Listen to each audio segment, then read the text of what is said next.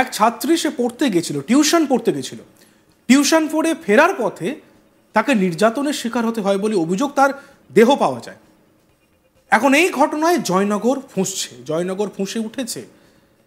পুলিশের বিরুদ্ধে অভিযোগ, পুলিশ নাকি হেনস্থা করে তাদেরকে, পরিবারকে, যখন তারা অভিযোগ জানাতে যায় স্থানীয় ফাঁড়িতে।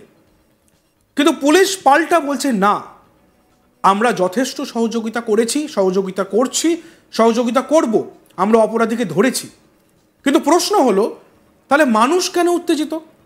সাধারণ মানুষ কেন উত্তেজনায় আছেন? সাধারণ মানুষ কেন পুলিশের বিরুদ্ধে কথা বলছেন? কে সত্যি বলছে, পুলিশ না সাধারণ মানুষ?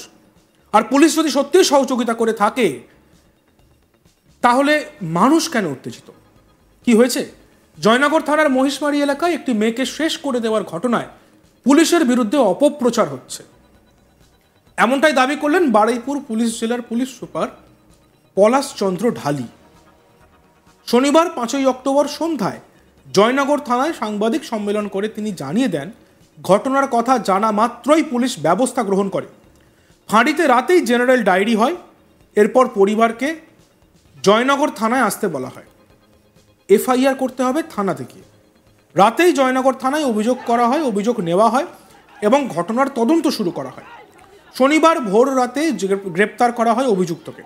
সঙ্গে সঙ্গেই পুলিশ সমস্ত রকম পদক্ষেপ গ্রহণ করেছে। ইতিমধ্যেই অভিযুক্ত নিজের দোষের কথাও স্বীকার করেছে, সে ওই মেয়েটিকে মেরে ফেলেছে। তবে শারীরিক নির্যাতন হয়েছে কিনা সেটা ময়না তদন্তের পর জানা যাবে বলে দাবি করেন এসপি। কোনোভাবেই অপরাধী ছাড়া পাবে না, তার সর্বোচ্চ শাস্তির চেষ্টা পুলিশ করবে বলেও জানিয়ে দেন তিনি।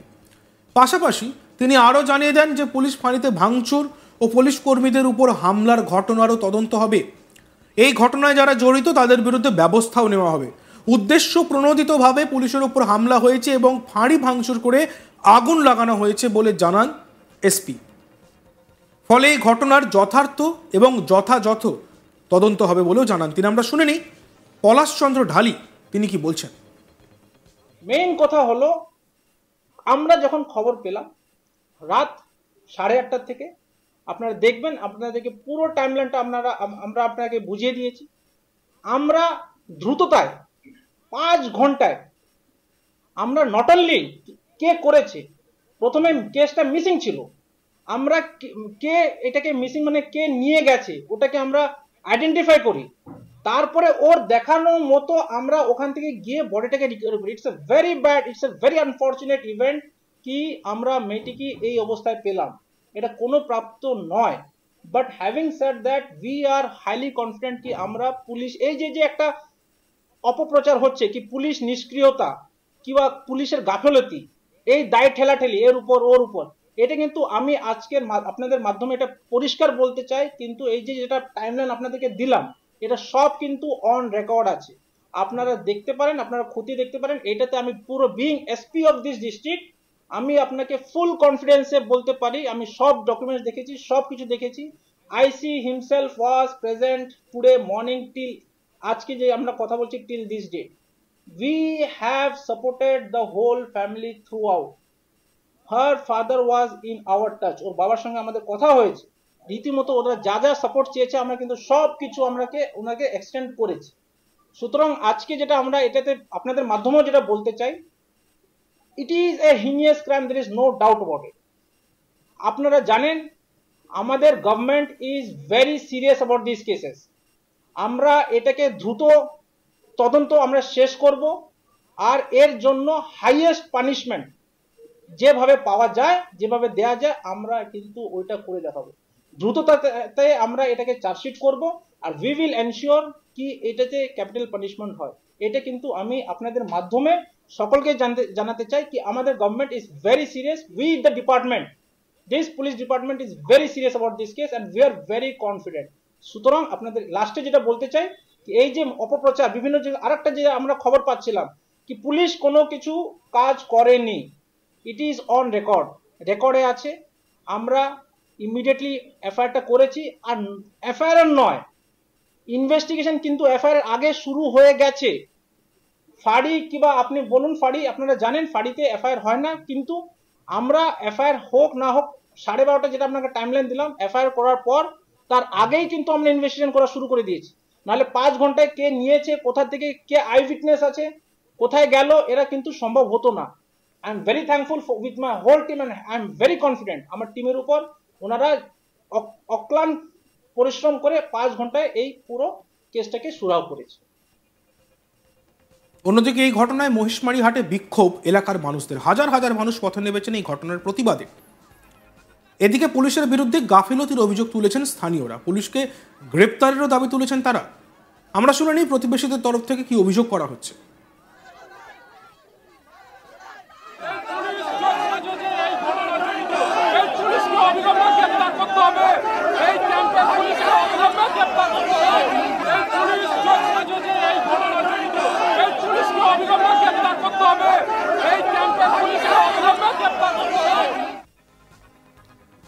এ বিষয়ে আমাদের প্রতিনিধি প্রসেনজিৎ সাহার একটি প্রতিবেদন আমরা দেখব।